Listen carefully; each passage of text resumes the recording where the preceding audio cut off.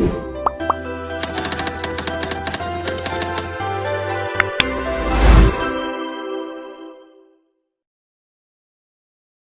siang semuanya, perkenalkan saya Clarissa. Pada kesempatan kali ini, saya dan partner saya akan menjelaskan salah satu peninggalan pada masa kerajaan Hindu-Buddha yang terbengkalai, yaitu Candi Bojongmenje.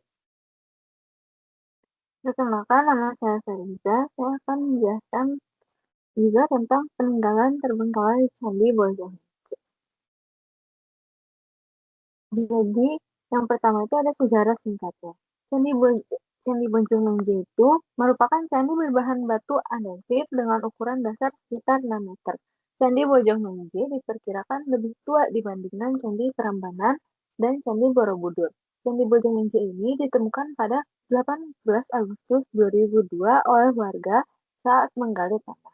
Lalu dilakukan evakuasi yang menunjukkan kemungkinan bangunan sudah ada sejak abad ke-6 Masehi. Jadi Candi Bojongmenje ini sudah ada sejak 20 tahun terakhir penelitian. Namun tidak mengalami perkembangan yang signifikan sehingga dinyatakan terbengkalai.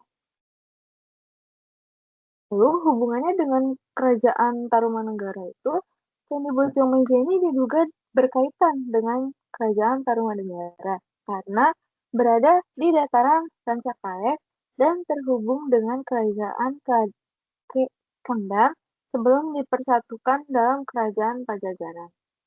Bukti sejarah peralihan kekuasaan dari Tarumanegara hingga munculnya kerajaan Sunda.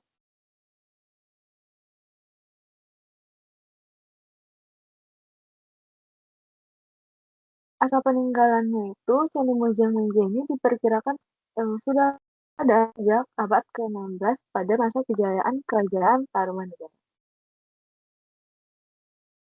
Lalu lokasi Candi Bojongmenje ini terletak di Kampung Bojongmenje, Desa Cakuang, Kecamatan Rancakaek, Kabupaten Bandung, Jawa Barat. Selanjutnya adalah mengapa Candi Bojongmenje ini bisa terbengkalai.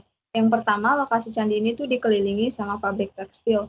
Yang kedua, akses menuju candi ini cukup sulit, jadi pengunjung harus melewati permukiman warga, kemudian harus melewati jalan sempit yang hanya bisa dilalui dengan berjalan kaki. Dan juga ketika hujan lebat, kompleks Candi Bojongmenje akan terendam oleh air sungai yang terkontaminasi oleh limbah. Dan yang terakhir, tak ada anggaran lebih untuk perawatan candi.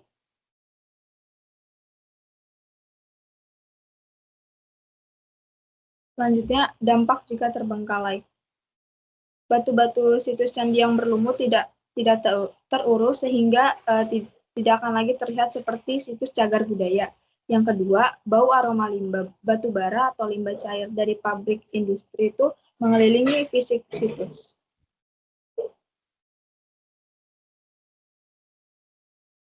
Nah, siapa sih yang seharusnya bertanggung jawab sama Candi Bojongmenje ini?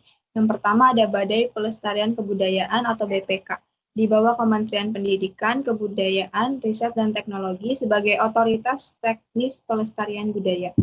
Yang kedua, pemerintah Kabupaten Bandung, melalui Dinas Pariwisata dan Kebudayaan yang bertanggung jawab atas pengelolaan wilayah dan pengembangan sebagai objek wisata. Nah, selanjutnya adalah upaya pelestariannya. Yang pertama, menjaga bentuk asli dari Candi Bojongmenje ini.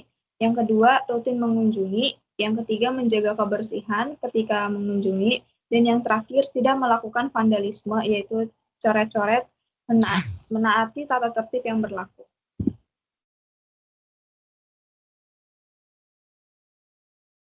Terima kasih teman-teman atas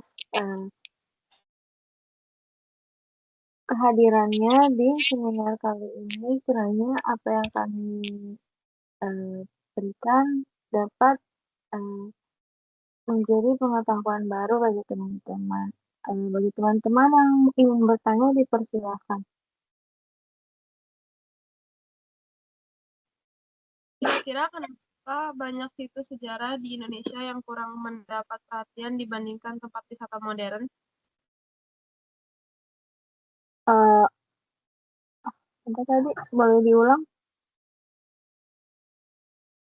Kira-kira kenapa banyak situs sejarah di Indonesia yang kurang mendapat perhatian dibandingkan tempat wisata modern? Baik. Jadi, kenapa banyak situs sejarah di Indonesia yang kurang mendapat perhatian dibandingkan tempat wisata modern itu?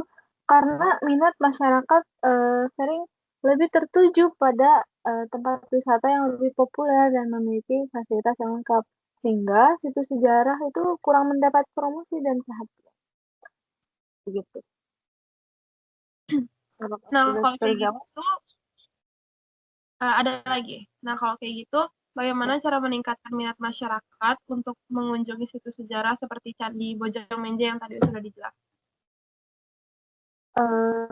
Jadi cara meningkatkan minat masyarakat untuk mengunjungi situs sejarah seperti Candi Bojong-Menje itu dengan melakukan promosi melalui media sosial. Caranya itu bisa dengan membuat program wisata edukasi, memperbaiki fasilitas, serta melibatkan sekolah dalam kegiatan kunjungan sejarah. Menurut kalian, apakah masyarakat sekitar memiliki peran penting dalam menjaga situs sejarah? Iya, masyarakat tuh pasti punya peran penting dalam menjaga situs sejarahnya, karena masyarakat sekitar itu kan pihak yang paling dekat dengan situs tersebut, jadi sehingga dapat membantu menjaga kebersihan, keamanan, dan juga kelestariannya. Oke, dan ini saya punya pertanyaan terakhir. Bagaimana teknologi modern dapat membantu pelestarian situs sejarah? Jadi teknologi sekarang dapat digunakan untuk mendokumentasi situs secara digital, membuat tur virtual, serta menyebarkan informasi sejarah melalui internet agar lebih banyak orang yang mengetahuinya. Apakah terjawab? Oke, terima kasih. Ya, jadi sekian presentasi dari kami pada hari ini. Terima kasih.